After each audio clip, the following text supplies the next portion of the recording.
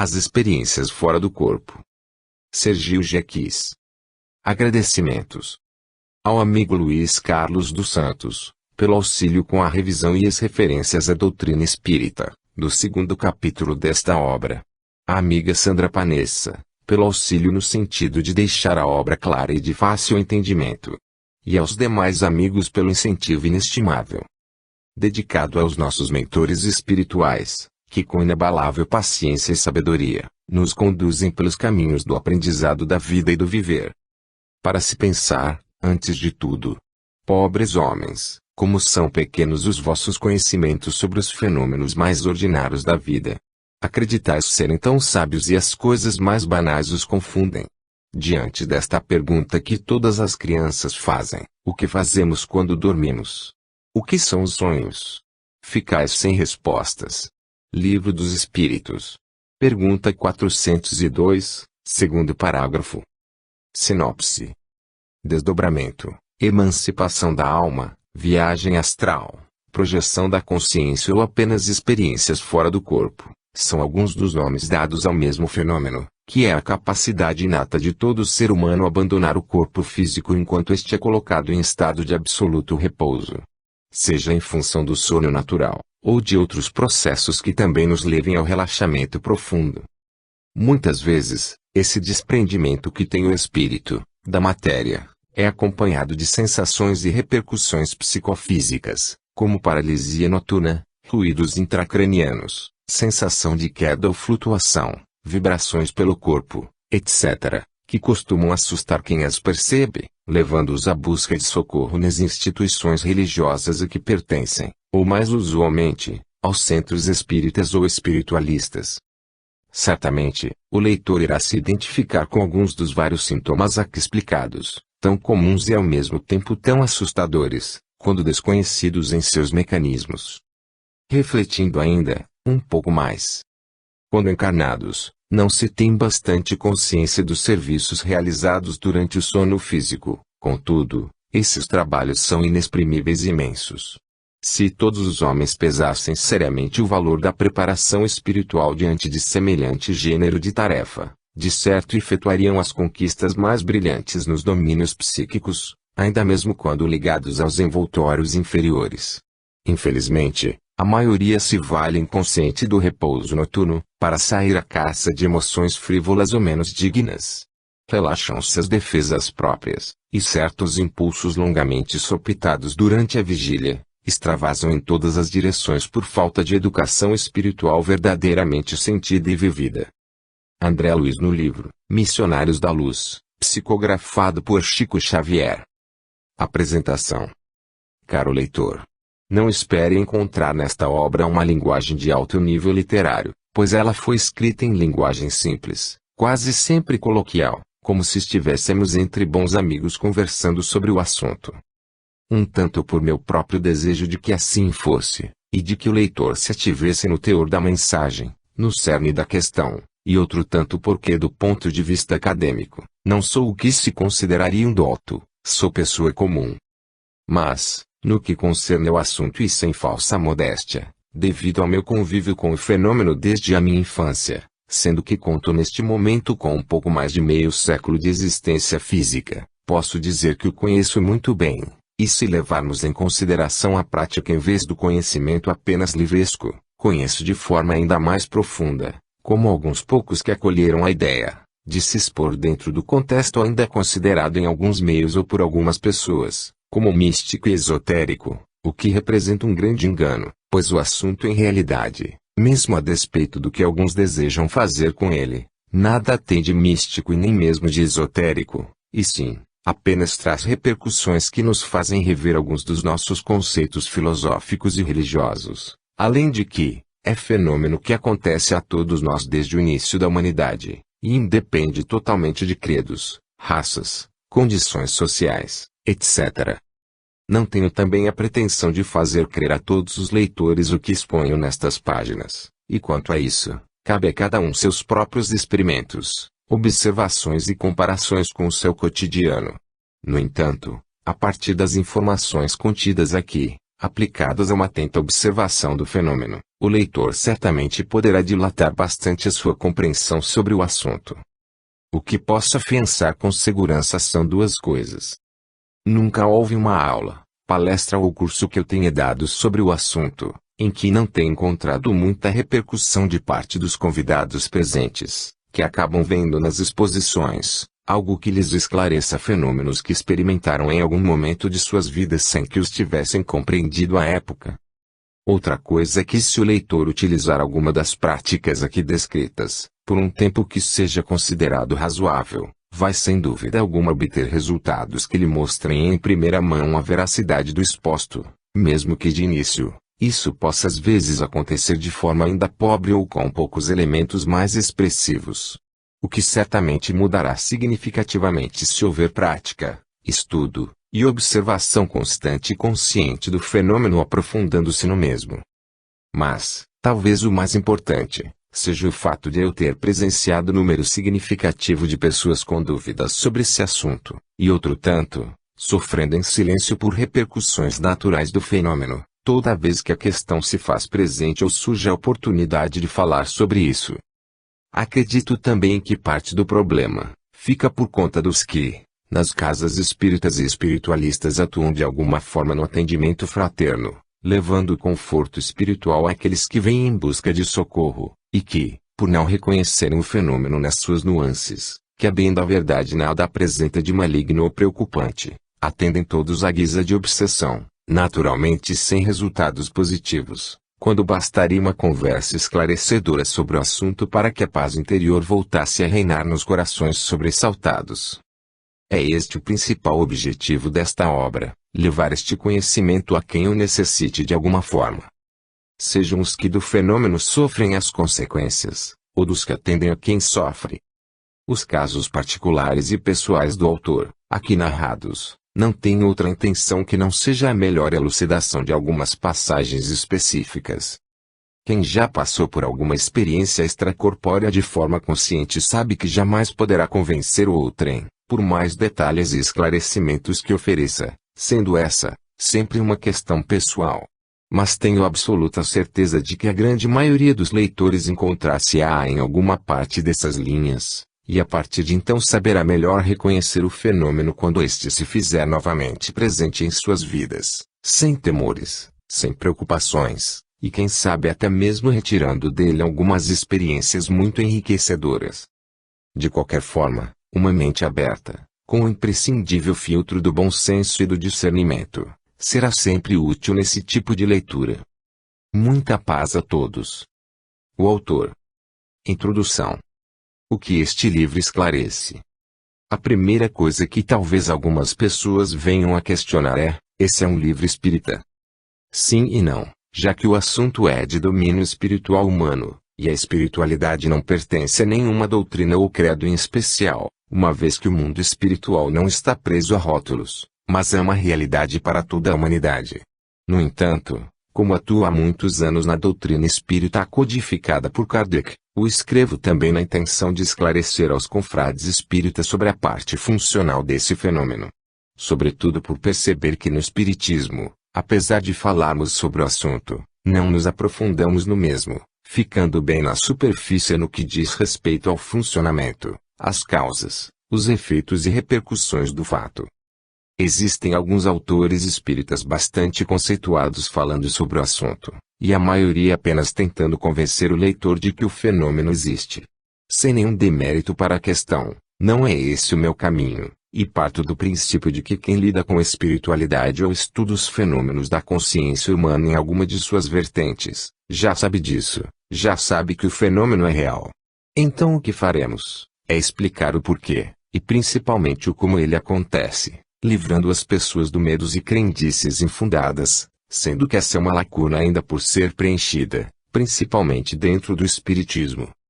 Há diversos autores fora do movimento espírita, alguns de destaque inclusive, abordando o assunto de forma mais profunda e completa do que se vê comumente dentro das lides espíritas. Porém, esses autores não são lidos pelos estudiosos e adeptos do espiritismo.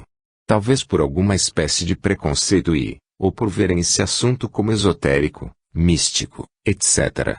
O que, repito, constitui um engano, já que temos muitas referências ao tema abordado aqui, dentro dos livros doutrinários, além das revistas espíritas e também das obras complementares da doutrina, como demonstraremos nas linhas que se seguem. No entanto, naturalmente que não falo somente aos espíritas, e isso é fácil de entender quando percebemos que o assunto, além de muito antigo, anterior à doutrina espírita inclusive, estando espalhado por diversas culturas milenares do mundo, é coisa que acontece a todos nós, independentemente de credos, classes sociais, etnias, etc. Como trabalhador e colaborador ativo do movimento espírita, tive a oportunidade de ver seguidas vezes, bom número de pessoas sendo encaminhadas para a desobsessão, quando o problema era unicamente uma repercussão psicofísica natural de quem experimenta a saída do corpo físico de forma mais consciente em algum momento, porque o fenômeno, se aqui podemos assim chamá-lo, acontece a todos nós invariavelmente quando nosso corpo é colocado em repouso e nossas ondas cerebrais baixam para o chamado estado θ, 4 a 8 Hz. É o primeiro estágio do sono. Bem, mas afinal o que é um desdobramento, emancipação da alma, viagem astral, ou uma experiência extracorpórea? É quando, como espíritos que somos, saímos de nossos corpos físicos por algum tempo, que pode durar segundos, minutos, horas ou até mesmo meses ou anos, sem que esse corpo venha a perecer, sem que a gente morra de fato. Uma pessoa em coma pode estar fora do corpo há anos, ou ficar indo e voltando de períodos em períodos, sem, no entanto, sair do estado comatoso. Fato é que como espíritos que todos somos, saímos do corpo físico durante o sono, acreditemos ou não, e, como o fenômeno não é exatamente um fenômeno religioso, apenas traz repercussões religiosas, não importa o credo que tivermos, e nem mesmo que este credo negue o fato com toda veemência, pois para nossa natureza espiritual e humana isso não faz a menor diferença. Portanto, todos os seres humanos saem de seus corpos físicos temporariamente, mantendo a vida dos mesmos. E até onde sabemos, aparentemente acontece o mesmo com todos ou a maioria dos mamíferos, sobretudo, com nossos animais domésticos, pois são muitos os relatos de pessoas que, estando conscientes fora de seus corpos físicos, se encontram com seus animais domésticos, também exteriorizados de seus corpos. Apesar de mantermos o termo desdobramento, usado em alguns livros espíritas, ele não é exatamente apropriado, já que desdobramento significa divisão, ou desdobrar, abrir uma coisa que estava fechada, e não é isso que acontece. Em verdade, quando saímos do corpo físico levamos conosco nossa consciência, e todas as nossas capacidades cognitivas, que ficam na maioria das vezes muito ampliadas, sobretudo, quando colocamos certa distância entre nós e o corpo físico. Portanto, não nos desdobramos. Somos nós de forma integral que estamos fora do corpo. E assim sendo, tal termo não é correto para quando deixamos esse corpo material em uma cama, assim como também não serve para quando deixamos uma muda de roupa no armário. Não somos a roupa, e não somos o corpo, por isso não nos desdobramos. Apenas abandonamos de forma análoga, uma e outra coisa. Obviamente, ainda existem ligações que nos prendem ao corpo físico quando estamos exteriorizados, e que mantêm a vida biológica funcionando sob a batuta do espírito, mas essas ligações são como fios ou dutos de aspecto prateado, são fluídicos, aparentemente infinitamente elásticos, e agrupados como em feixes, sendo que parece haver um feixe principal ou mais espesso. É o chamado cordão de prata, por onde passam informações vindas de ambas as direções, pois eles tanto transmitem informações e impressões do corpo para o espírito exteriorizado, como também colhem impressões pelo espírito enviando-as ao corpo físico, e são exatamente esses os fios, dutos ou laços, que são cortados ou desligados quando um espírito desencarna e sai definitivamente do corpo físico, no fenômeno que chamamos de desencarne ou morte. Apenas para facilitar o escrever, usarei a partir de agora as letras E como a significar emancipação da alma, ou apenas E, para emancipação. Para que possamos melhor entender as reclamações que são muito comuns nos centros espíritas, em função das pessoas que chegam bastante assustadas nesses locais em busca de socorro, por estarem passando por situações desconhecidas referentes ao assunto abordado aqui, precisamos nos aprofundar no tema, sobretudo, no que diz respeito às repercussões que são sentidas quando acontecem certas anomalias que tornam o fenômeno bem evidente, já que de forma imperceptível, ele nos acontece todas as noites. Nesta exposição ficará claro também e por consequência, algumas maneiras de provocar o fenômeno se assim o leitor desejar. Talvez algumas pessoas pudessem se perguntar, e para que eu quereria isso? Minha resposta a essa pergunta normalmente é uma série de outras perguntas. Você acredita mesmo, com absoluta certeza, que a vida continua e que podemos viver fora de um corpo físico? Você crê mesmo nas diversas histórias que lemos em vários livros considerados sérios, da doutrina espírita? Você tem certeza absoluta que existem hospitais, escolas, cidades e pessoas vivendo de forma natural, no plano espiritual? Você acha mesmo sem sombra de dúvidas, que dá para encontrar um parente desencarnado há tempos e conversar com ele frente a frente? Espíritas dizem constantemente que atuam à noite enquanto seus corpos dormem tranquilos em casa.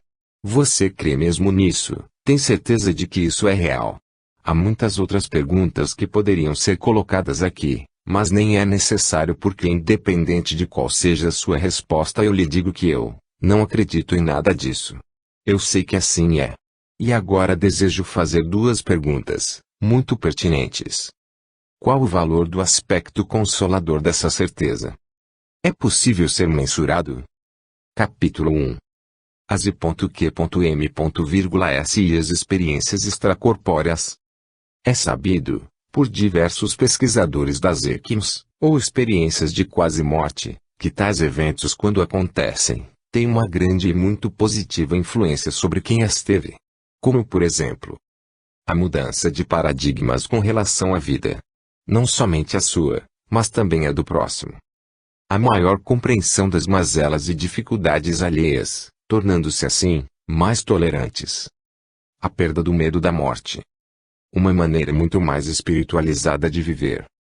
Uma certeza da existência do espírito e sua eternidade. O conhecimento e não apenas a crença, da vastidão do universo e suas imensas possibilidades de manifestação da vida. E diversas outras coisas que são às vezes mais particulares e um pouco diferentes na compreensão de um para outro ser humano.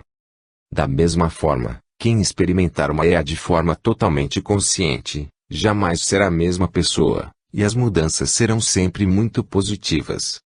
Não é difícil de entender essas mudanças, quando percebemos que essas experiências vêm transformar aquilo que temos de mais arraigado em nossa mente, que é a impressão de que o que vemos é tudo quanto existe, que só o que pode ser tocado é que tem realidade, e que as coisas do mundo físico são de alguma forma o padrão ou um modelo para o que quer que seja. Mesmo que já soubéssemos que em verdade não é assim, existe uma enorme diferença entre apenas saber, ou vivenciar esse conhecimento. E seguindo ainda dentro destas considerações, posso afiançar por estudos e experiências próprias, que há uma enorme semelhança entre as chamadas I.Q.M.S com as experiências extracorpóreas conscientes, que não envolvam nenhum processo de trauma físico. Por exemplo, são muito comuns nas narrativas de quem passa por uma EQM, que no momento da saída do corpo físico, ouvem alguma espécie de ruído forte, como um ronco de motor, ou um estrondo, ou ainda um silvo agudo. E isso também acontece nas experiências extracorpóreas conscientes, quando não está envolvida nenhuma ocorrência de trauma físico.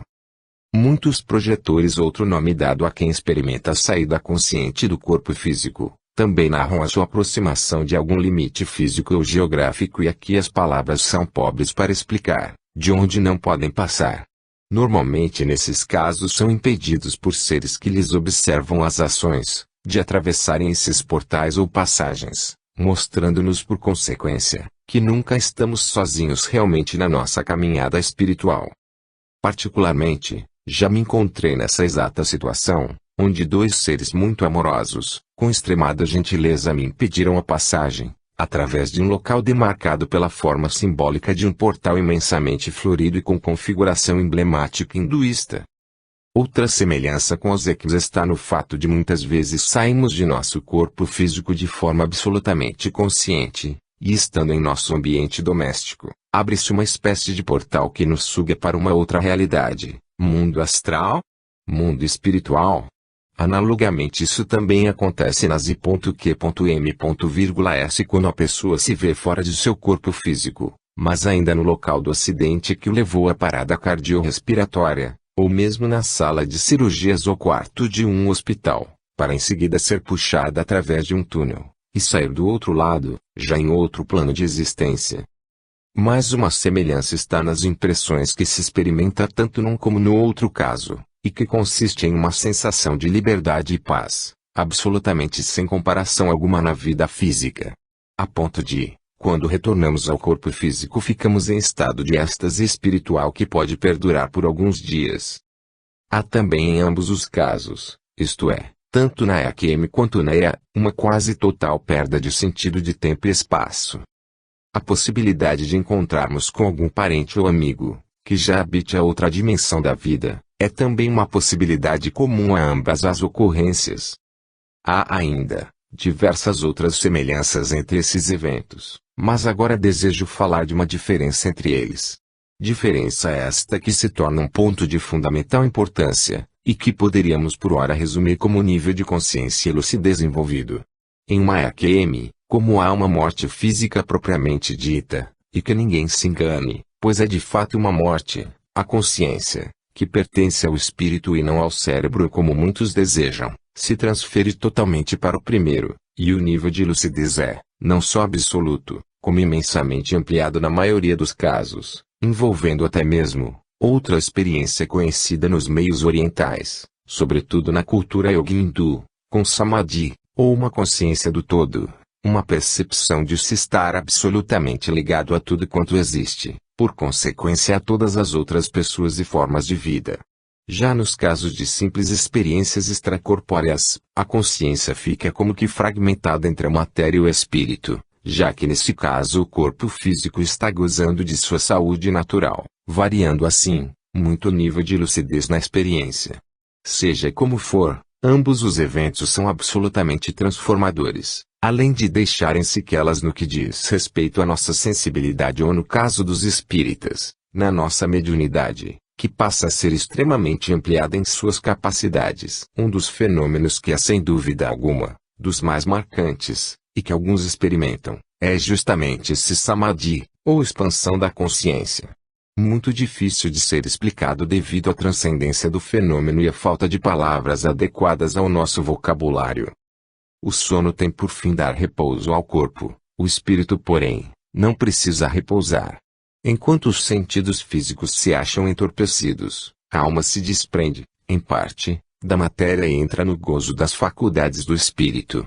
O Evangelho segundo o Espiritismo. Capítulo 28, item 38. Capítulo 2. Samadhi ou expansão da consciência.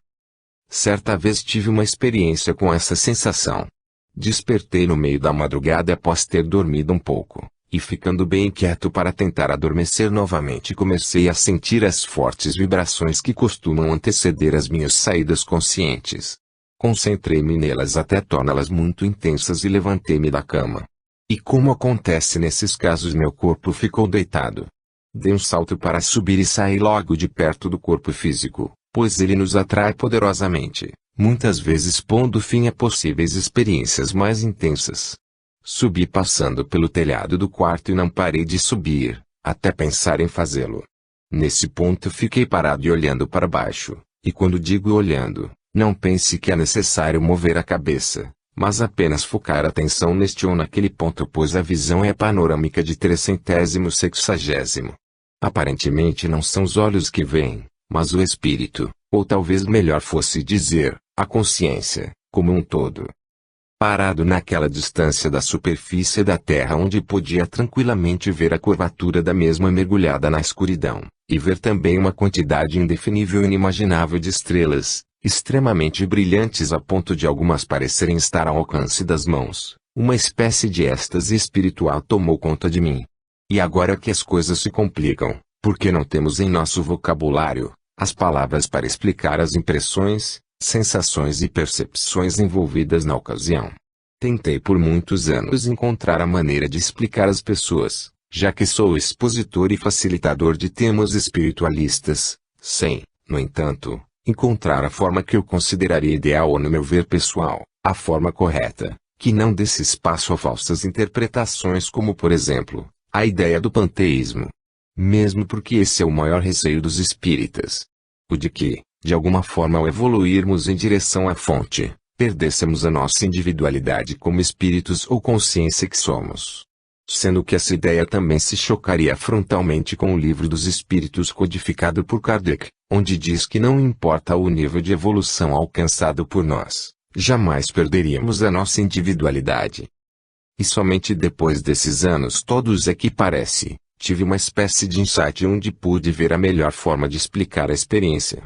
Mas vou precisar agora apelar à imaginação do leitor, para que venha comigo nessa viagem imaginária das possibilidades. Suponhamos que nós fossemos apenas o nosso dedão do pé, nada mais. Tudo o que saberíamos da vida diz respeito ao movimento de andar do pé, o que para nós como dedão que agora somos já é um grande mistério, afinal porque é preciso andar. Onde vamos quando andamos? O que é um pé? Por que ele existe?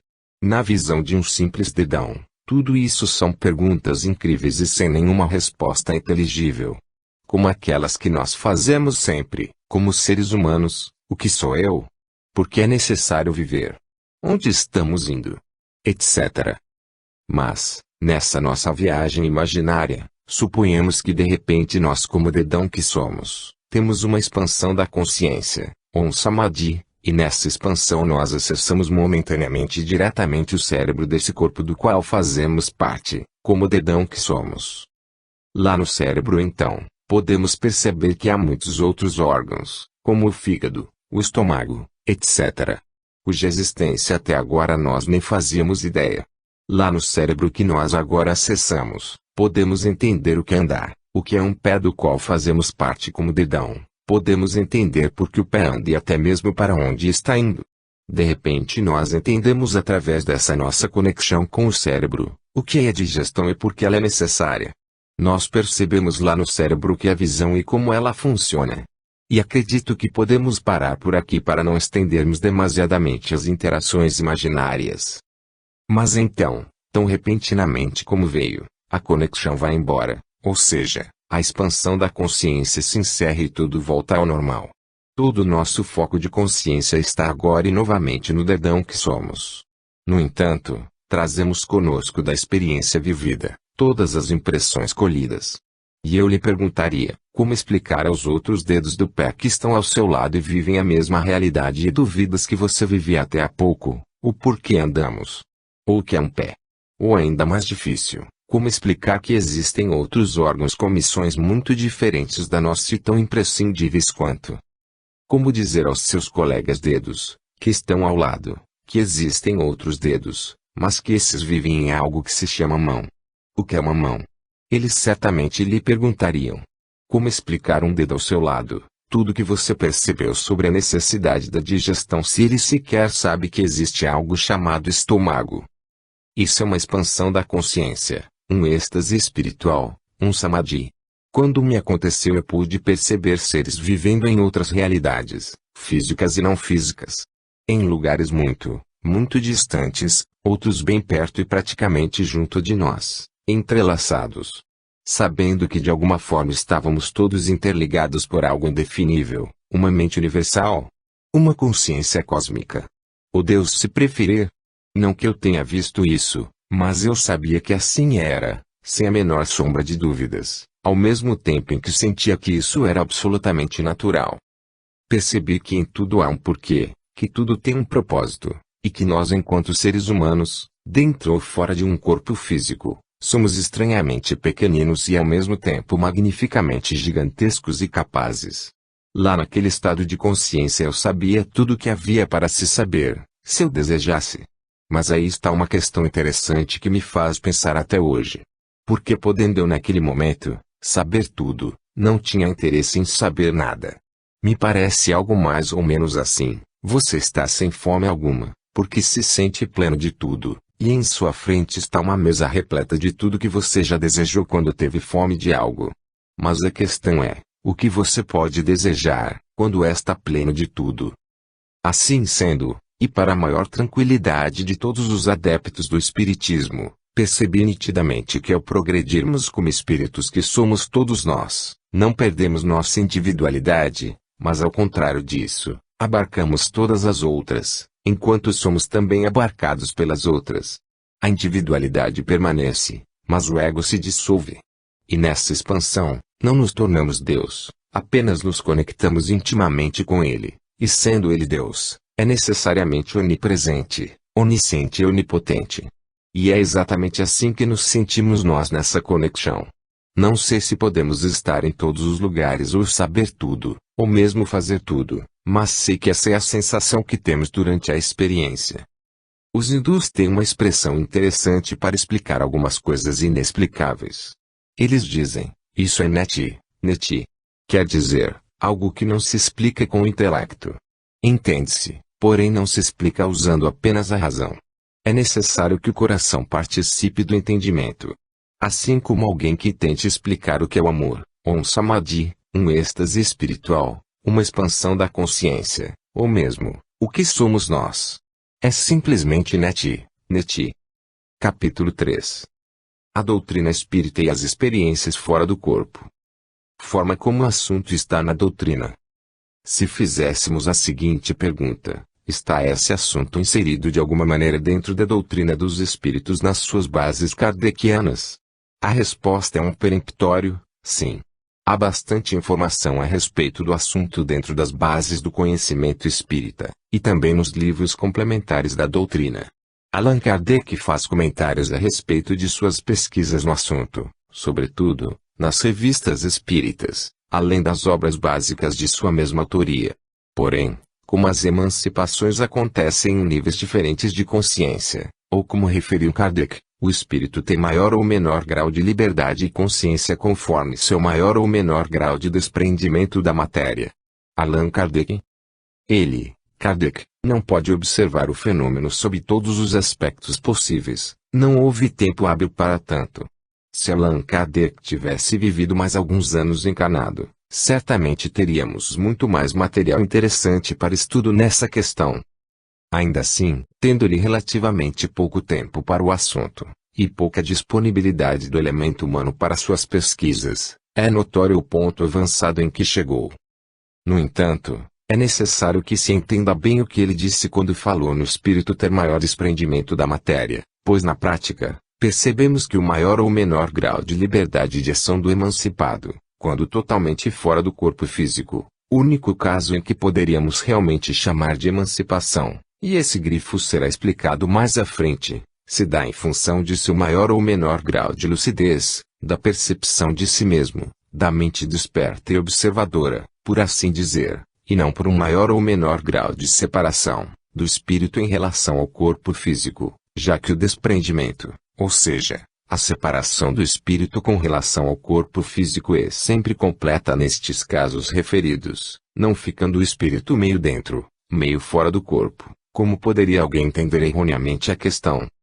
A saída é sempre inteira, íntegra, mas o grau de lucidez e consciência varia enormemente nessas experiências, e o que disse Kardec nesse sentido, é que quanto mais desprendido da vida material, do materialismo, o ser estiver, mais lucidez, mais consciência esse ser terá quando exteriorizado ao corpo. Ora, isto é notório, inclusive nas práticas mediúnicas com espíritos comunicantes, que por via de regra se sentem muito mais à vontade e lúcidos diante da nova situação, conforme sua própria espiritualização, ou seu desprendimento da materialidade.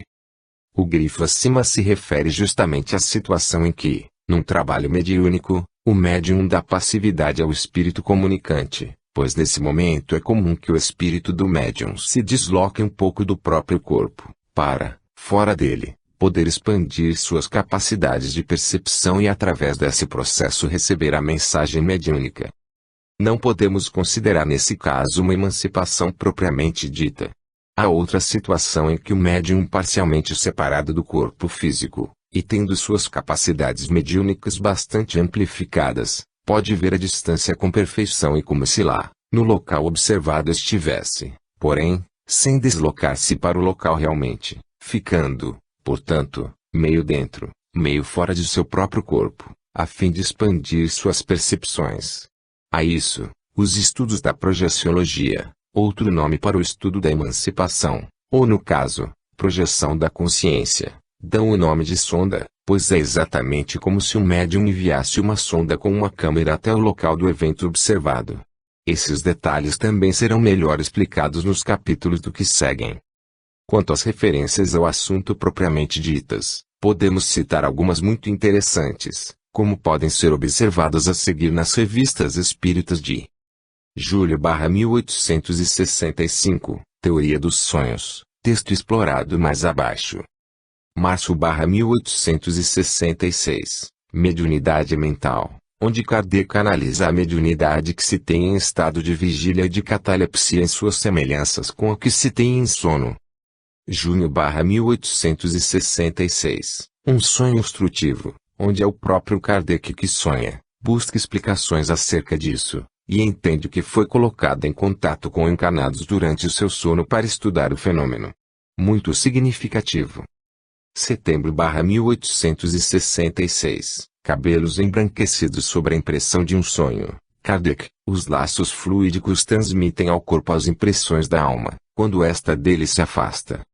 O Livro dos Espíritos, questões 401 até 418, o sono e os sonhos, sonambulismo, êxtase, dupla vista. A pergunta 402 do Li é muito importante, porque faz um apanhado geral de diversos aspectos do fenômeno, e esses aspectos serão comentados com detalhes nos próximos capítulos, e durante o andamento dos assuntos aqui tratados, já que fazê-lo agora seria atropelar-se na ordem geral da exposição. Deixo marcados em negrito no texto, essas passagens, para que o leitor possa verificar a correspondência entre elas e as explicações que se seguirão. Pergunta 402 do Li. Como podemos julgar a liberdade do espírito durante o sono? Pelos sonhos, quando o corpo repousa, acredito, tem o espírito mais faculdades do que no estado de vigília.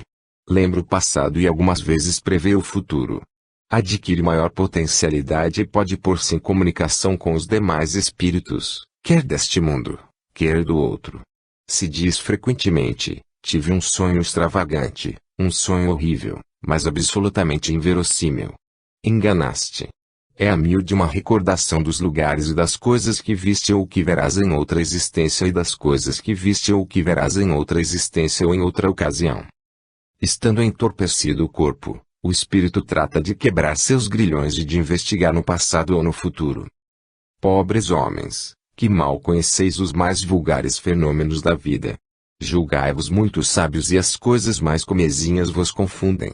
Nada sabeis responder a estas perguntas que todas as crianças formulam, que fazemos quando dormimos. Que são os sonhos? O sono liberta a alma parcialmente do corpo. Nota do autor. Não se deve entender aqui no sentido literal, pois o sentido real da frase se refere ainda a estarmos presos ao corpo físico através do chamado cordão de prata, pois quando esse se rompe e vem a liberdade absoluta do corpo, é porque desencarnamos. Não sendo isso, por questões óbvias, considerado como emancipação da alma. Em uma emancipação, sempre haverá esses dutos fluídicos nos ligando ao corpo, não importa a distância em que estivermos dele. Por isso, a frase acima. Considerando que separação total será apenas no desencarne. Fim da nota. Continua Kardec. Quando dorme, o homem se acha por algum tempo no estado em que fica permanentemente depois que morre. Tiveram sonos inteligentes os espíritos que, desencarnados, logo se desligam da matéria. Esses espíritos, quando dormem, vão para junto dos seres que lhes são superiores. Com estes viajam, conversam e se instruem. Trabalham mesmo em obras que se lhes deparam concluídas, quando volvem, morrendo na terra, ao mundo espiritual. Ainda esta circunstância é de molde a vos ensinar que não deveis temer a morte, pois que todos os dias morreis, como disse um santo. Isto, pelo que concerne aos espíritos elevados. Pelo que respeita ao grande número de homens que, morrendo, têm que passar longas horas na perturbação, na incerteza de que tantos já vos falaram, esses vão, enquanto dormem, ou a mundos inferiores à terra, onde os chamam velhas afeições, ou em busca de gozos quiçá mais baixos do que os em que aqui tanto se deleitam. vão beber doutrinas ainda mais vis, mais ignóbeis, mais funestas do que as que professam entre vós. E o que gera a simpatia na terra é o fato de sentir-se o homem, ao despertar, ligado pelo coração àqueles com quem acaba de passar 8 ou 9 horas de ventura ou de prazer. Também as antipatias invencíveis se explicam pelo fato de sentirmos em nosso íntimo que os entes com quem antipatizamos têm uma consciência diversa da nossa. Conhecemos-los sem nunca os termos visto com os olhos. É ainda o que explica a indiferença de muitos homens. Não cuidam de conquistar novos amigos, por saberem que muitos têm que os amam e lhes querem. Numa palavra, o sono influi mais do que supondes na vossa vida. Graças ao sono, os espíritos encarnados estão sempre em relação com o mundo dos espíritos. Por isso, é que os espíritos superiores assentem, sem grande repugnância, em encarnar entre vós. Quis Deus que, tendo de estar em contato com o vício, pudessem eles ir retemperar-se na fonte do bem, a fim de igualmente não falirem, quando se propõem instruir os outros. O sono é a porta que Deus lhes abriu, para que possam ir ter com seus amigos do céu. É o recreio depois do trabalho, enquanto esperam a grande libertação, a libertação final, que os restituirá ao meio que lhes é próprio. O sonho é a lembrança do que o espírito viu durante o sono. Notai, porém, que nem sempre sonhais. Que quer isso dizer? Que nem sempre vos lembrais do que vistes, ou de tudo o que haveis visto, enquanto dormis. É que não tendes então a alma no pleno desenvolvimento de suas faculdades. Muitas vezes, apenas vos fica a lembrança da perturbação que o vosso espírito experimenta à sua partida ou no seu regresso, acrescida da que resulta do que fizestes ou do que vos preocupa quando despertos. A não ser assim, como explicaríeis os sonhos absurdos, que tanto os sábios, quanto as mais humildes e simples criaturas têm? Acontece também que os maus espíritos se aproveitam dos sonhos para atormentar as almas fracas e pusilânimes. Em suma, dentro em pouco vereis vulgarizar-se outra espécie de sonhos. Conquanto tão antiga como a de que vimos falando, vós o desconheceis. Refiro-me aos sonhos de Joana, ao de Jacob, aos dos profetas judeus e aos de alguns adivinhos indianos. São recordações guardadas por almas que se desprendem quase inteiramente do corpo, recordações dessa segunda vida que ainda há pouco aludimos. Tratad de distinguir essas duas espécies de sonhos nos de que vos lembrais, do contrário cairíeis em contradições e em erros funestos à vossa fé. Acá, os sonhos são efeito da emancipação da alma, que mais independente se torna pela suspensão da vida ativa e de relação. Daí uma espécie de clarividência indefinida que se alonga até aos mais afastados lugares e até mesmo a outros mundos. Daí também a lembrança que traz à memória acontecimentos da precedente existência ou das existências anteriores. As singulares imagens do que se passa ou se passou em mundos desconhecidos, entremeados de coisas do mundo atual, é que formam esses conjuntos estranhos e confusos, que nenhum sentido ou ligação parecem ter. A incoerência dos sonhos ainda se explica pelas lacunas que apresenta, a recordação incompleta que conservamos do que nos apareceu quando sonhávamos. É como se uma narração se truncasse em frases ou trechos ao acaso. Reunidos depois, os fragmentos restantes nenhuma significação racional teriam. Fim do texto de Kardec. Mais referências sobre o assunto temos ainda em O Evangelho segundo o Espiritismo, capítulo 28, item 38, prisioneiro restituído por momentos à liberdade. A Gênese, capítulo 14, itens 22 a 28, fluidos. Obras póstumas, capítulo 2, itens 24 a 31, emancipação da alma. E André Luiz. Nosso Lar, caps. 36 e 48. Evolução em dois mundos, capítulo 17, itens 3 a 5, aspectos do desprendimento mental através do sono. Mecanismos da mediunidade, capítulo 21, desdobramento sono artificial, sono natural. Entre a terra e o céu, capítulo 8, duas mães visitam seus filhos desencarnados durante o sono. Nos domínios da mediunidade, capítulo 11, desdobramento e serviço. Missionários da Luz, capítulo 8, libertos do corpo material, em curso.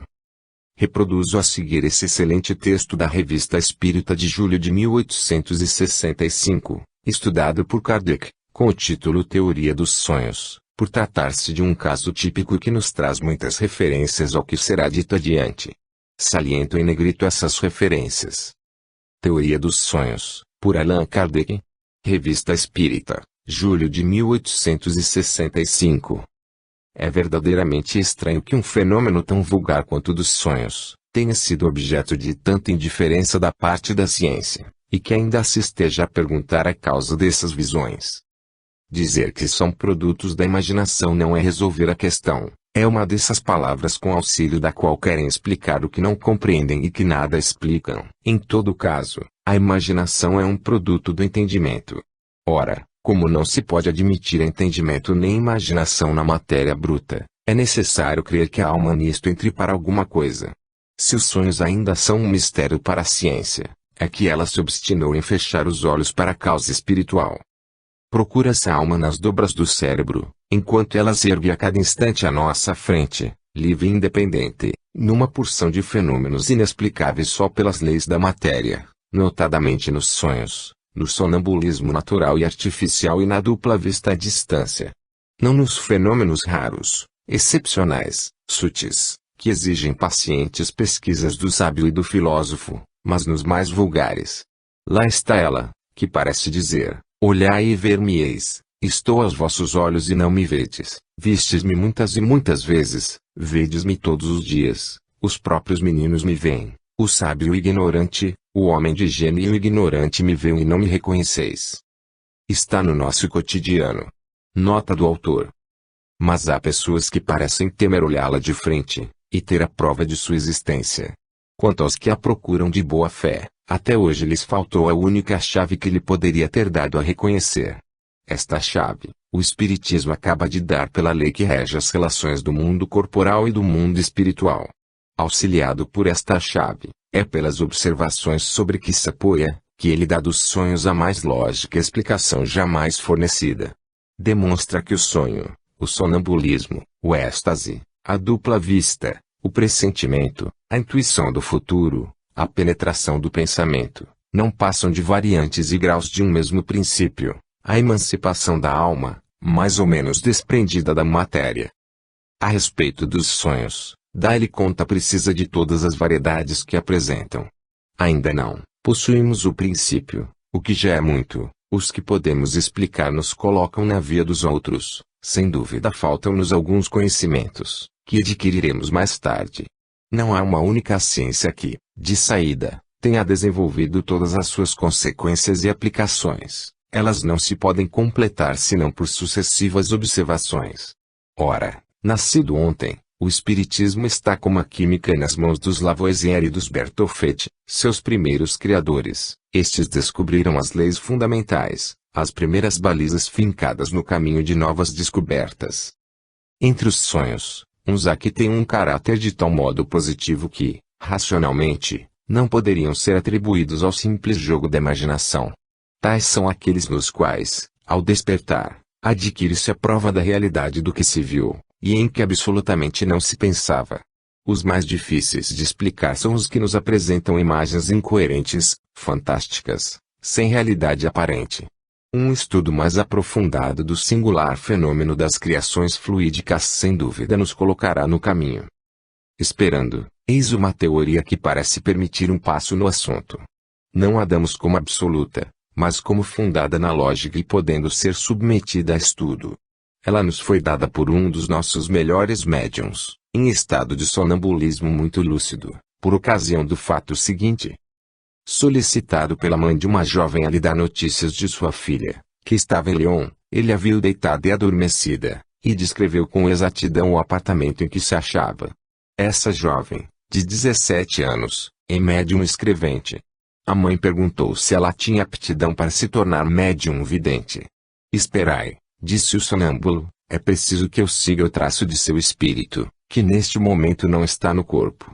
Ela está aqui, na Vila Ségur, na sala onde estamos, atraída pelo vosso pensamento, ela vos vê e vos escuta. Para ela é um sonho, do qual não se recordará ao despertar.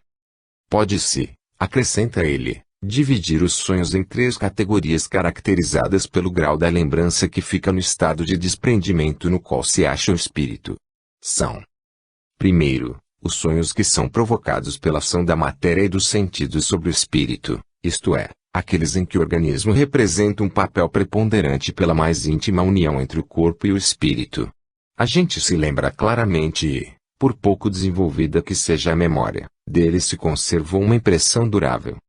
Segundo, os sonhos que podem ser chamados mistos, participam, ao mesmo tempo, da matéria e do espírito. O desprendimento é mais completo. A gente se recorda ao despertar, para esquecer quase que instantaneamente, a menos que uma particularidade venha despertar a lembrança. Terceiro, os sonhos etéreos ou puramente espirituais. São produtos só do espírito, que está desprendido da matéria, tanto quanto pode estar na vida do corpo. A gente não se recorda, ou resta uma vaga lembrança de que se sonhou. Nenhuma circunstância poderia trazer à memória os incidentes do sono. O sonho atual da jovem pertence a esta terceira categoria. Ela não o recordará. Foi conduzida aqui por um espírito muito conhecido do mundo espírita lionese e, mesmo, do mundo espírita europeu. O médium sonambúlico descreve o espírito Carita. Ele trouxe com o objetivo de que ela conserve se não uma lembrança precisa, um pressentimento do bem que se pode colher de uma crença firme, pura e santa, e do bem que se pode fazer aos outros, fazendo-o a si próprio. Ele diz à mãe dela que se ela se lembrasse tão bem em seu estado normal, quanto se lembra agora de suas encarnações precedentes, não demoraria muito no estado estacionário em que está. Porque vê claramente e pode avançar sem hesitação, ao passo que no estado ordinário temos uma venda sobre os olhos. Ela diz aos assistentes: obrigado por vos ter desocupado de mim. Depois beija sua mãe. Como é feliz! Acrescenta o médium, terminando, como é feliz com este sonho, do qual não se recordará, mas que, nem por isso, deixará de lhe deixar uma salutar impressão. São esses sonhos inconscientes que proporcionam estas sensações indefiníveis de contentamento e de felicidade, de que a gente não se dá conta e que são um antegozo daquilo de que desfrutam os espíritos felizes. Disto ressalta que o espírito encarnado pode sofrer transformações que lhe modificam as aptidões. Um fato que talvez não tenha sido suficientemente observado vem em apoio da teoria acima. Sabe-se que o esquecimento do sonho é um dos caracteres do sonambulismo. Ora, do primeiro grau de lucidez, por vezes o espírito passa a um grau mais elevado, que é diferente do êxtase, e no qual adquire novas ideias e percepções mais sutis. Saindo deste segundo grau para entrar no primeiro, nem se lembra do que disse, nem do que viu. Depois, passando deste grau para o de vigília, há novo esquecimento. Uma coisa a notar é que há lembrança do grau superior para o inferior, ao passo que há esquecimento do grau inferior para o superior. É, pois, bem evidente que entre os dois estados sonambúlicos, de que acabamos de falar, passa-se algo análogo ao que ocorre no estado de vigília e o primeiro grau de lucidez, que o que se passa influi sobre as faculdades e as aptidões do espírito. Dir-se-ia que do estado de vigília ao primeiro grau o espírito é despojado de um véu, que do primeiro ao segundo grau é despojado de um segundo véu. Nos graus superiores, não mais existindo esses véus, o espírito vê o que está abaixo e se lembra. Descendo a escada, os véus se formam sucessivamente e lhe ocultam o que está acima, com o que perde a sua lembrança. A vontade do magnetizador por vezes pode dissipar esse véu fluídico e dar a lembrança. Como se vê, há uma grande analogia entre os dois estados sonambúlicos e as diversas categorias de sonhos descritos acima. Parece-nos mais que provável que, num e no outro caso, o espírito se ache numa situação idêntica. Para cada degrau que sobe, eleva-se acima de uma camada de garoa, sua vista e suas percepções tornam-se mais claras. Fim do texto de Kardec. Se fizéssemos uma busca mais meticulosa, com certeza encontraríamos muitas mais referências ao assunto dentro da doutrina. Mas um fato importante é que mesmo com tantas referências ao assunto nos livros e revistas doutrinárias, fica ainda muito por dizer, e no meu entender, é inadequado que espíritas não saibam, por exemplo, como o processo de desprendimento ou soltura do perispírito acontece. Sentimos alguma coisa durante esse desprendimento? É possível termos consciência do que está acontecendo durante o processo? Podemos utilizar isso a nosso favor, para nosso crescimento e aprendizado? Existe perigo nisso? Há o risco de não se voltar para o corpo. Porque às vezes acordamos paralisados no meio da noite. Porque a sensação de queda o está pegando no sono. Porque desperto assustado ao ouvir explosões, apitos e quase toda sorte de ruídos intracranianos, quando estou quase adormecendo. Algum espírito pode tomar o nosso corpo quando estamos fora? São essas e outras tantas questões que têm levado um número significativo de pessoas em busca de socorro, nas casas espíritas. Saber das respostas às questões acima, nos posiciona de forma tranquila diante do fenômeno ainda tão pouco conhecido, e que assusta muitas pessoas. Como um exemplo do que digo, certa vez uma senhora procurou o centro espírita em que trabalhávamos para queixar-se de algo que a estava deixando apavorada. É que algumas vezes ela acordava no meio da noite com o corpo totalmente paralisado, tentava se mexer e não conseguia, tentava gritar por socorro e nada conseguia, dizia que parecia haver sobre ela um peso diferente que ela julgava ser um espírito obsessor que a estava prendendo na cama e tolhendo seus movimentos. Após algum tempo que certamente lhe parecia uma eternidade, ela conseguia finalmente soltar um grito que assustava a todos em sua casa. E então pulava da cama com taquicardia, suores frios, pernas bambas, enfim, seu corpo ficava completamente descontrolado e sua sensação era de verdadeiro pavor. Passou por diversas casas espíritas que sempre lhe recomendavam tratamento de desobsessão, passes e água fluidificada, mas nada resolvia em definitivo seu problema, e sim, amenizava às vezes, um pouco. Percebi rapidamente que o que ela relatava estava caracterizado como o que chamamos de catalepsia projetiva, uma das repercussões bem comuns nas emancipações da alma, durante as saídas do corpo físico, ou as chegadas ao mesmo após a excursão extrafísica. Esse era o fenômeno que me fazia temer o anoitecer quando eu era criança, pois eu sabia que teria que ir dormir e isso iria me acontecer. Eu sofria quase todas as noites em função de não saber a época que me estava acontecendo, mas falarei disso com mais detalhes depois. Meia hora de conversa com a senhora em questão, e ela nunca mais teve medo e hoje assim como eu, até deseja o fenômeno, pois ele é a possibilidade certa de sair do corpo físico com absoluta consciência. E eu me perguntando, como espíritas que atuam inclusive no atendimento fraterno, não conhecem o assunto. A intenção desta obra é que ela possa ser mais um instrumento, mais uma ferramenta a colaborar de alguma forma para os esclarecimentos necessários, nos atendimentos a quem procura uma casa espírita, em sofrimento, pelo simples medo do desconhecido. Capítulo 4. Minha infância, meus problemas. Breve história do autor.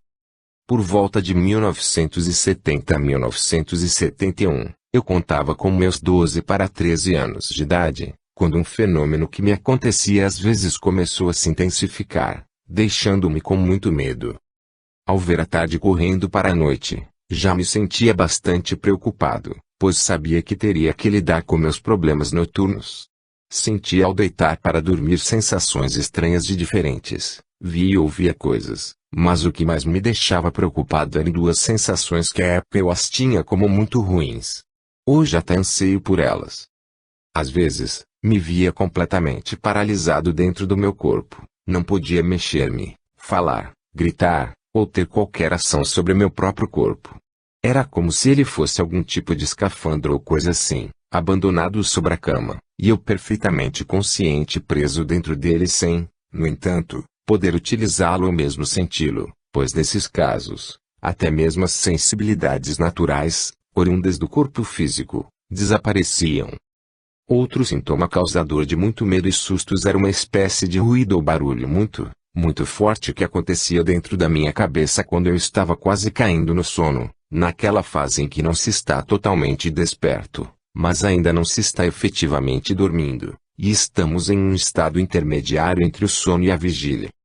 Por vezes nesse momento, parecia que um caminhão passava bem na minha frente, com o escapamento aberto, não que eu visse algo, mas o barulho era terrível, muito alto, como um forte rugido que passava rapidamente por mim me tirando daquela fase de cair no sono, para me fazer despertar de vez com o coração aos pulos do susto que levava. Outras vezes, esse barulho em vez de um rugido, era algo como uma violenta explosão. Percebi ao longo de algum tempo, que esses ruídos eram intracranianos, e quanto mais eu me preocupava com eles ao deitar-me para dormir, mais eles aconteciam. Minhas noites eram de muito medo. Minha família não entendia o que acontecia, e sempre associavam meus comentários e queixas,